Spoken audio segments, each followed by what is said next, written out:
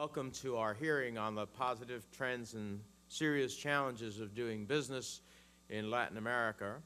Our goal today is to examine ways that the United States government can help promote American businesses and trade opportunities in the region, while also considering the challenges: the impact of a growing Chinese foothold in the hemisphere, trade barriers to market access, and the impact of weak institutions and marginally democratic governments in some countries on American investments.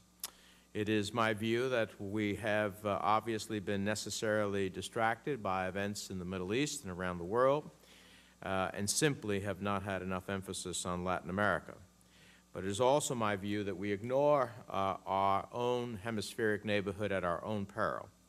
While most countries in Latin America have escaped the worst of today's global downturn, there are too many troubling signs in the hemisphere to ignore.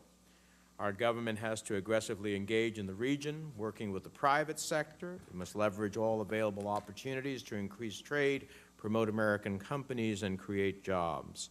Jobs in New Jersey, in Florida, and throughout the hemisphere. During the last decade, changing economic policies, globalization, energy discoveries, and a myriad of other factors in Latin America have given rise to promising regional economies with robust exports and an expanding middle class. Not only has trade between the United States and Latin America expanded 46% since 2009, but there are other positive trends: relative political stability and mostly open international trade policies in the region that American companies should take advantage of in the near to midterm. Elected civilian governments encourage foreign investment and foster economic growth. Brazil, Colombia, Chile, and Peru, for example, enjoy stable democracies favoring foreign capital and investment. With 56 million Latin American households joining a rapidly growing middle class over the last decade, consumers in these countries enjoy greater buying power and discretionary spending than ever before, and that is an opportunity for American industry. And yet, as positive as these developments are, the region is not immune to the debilitating effects of a global recession.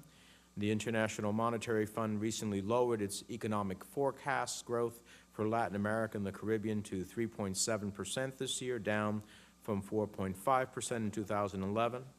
A greater and unfortunately renewed concern is the weakening of democracies in the hemisphere by leaders who use their elected offices to grow their power by weakening democratic institutions, civil society, the rule of law, and independent media.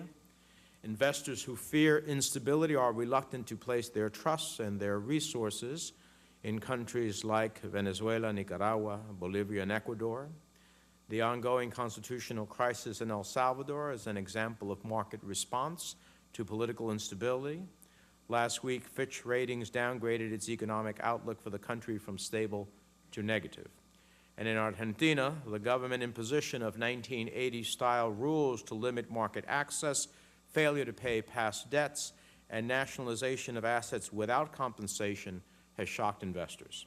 It will almost certainly take many years for that country to recoup the loss of market confidence resulting from these policies.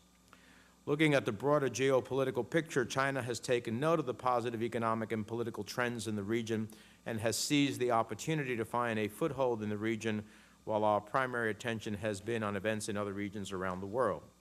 Since 2000, China has made significant diplomatic and economic inroads in Latin America. Overall, Sino-Latin American trade has increased from $12 billion in 2000 to over $140 billion today, with China supplanting the United States as Brazil and Argentina's largest trade partner. The truth is that deals offered by China are often too good to pass up. In addition to offering unprecedented loan terms and investments, China's mercantilist policies are not conditioned on labor or environmental conditions, making them in many cases a more attractive partner than Western investors. And that brings us to the purpose of this hearing. We're here to examine existing and future opportunities for American companies in Latin America. We're here to consider opportunities for the United States government to promote American business and trade in the Western Hemisphere. And we're here with some of the leading experts on Latin American business and trade to help put both the positive trends and the challenges we face in the region in clear perspective so that we can move towards policies that maximize the positive trends and mitigate the challenges.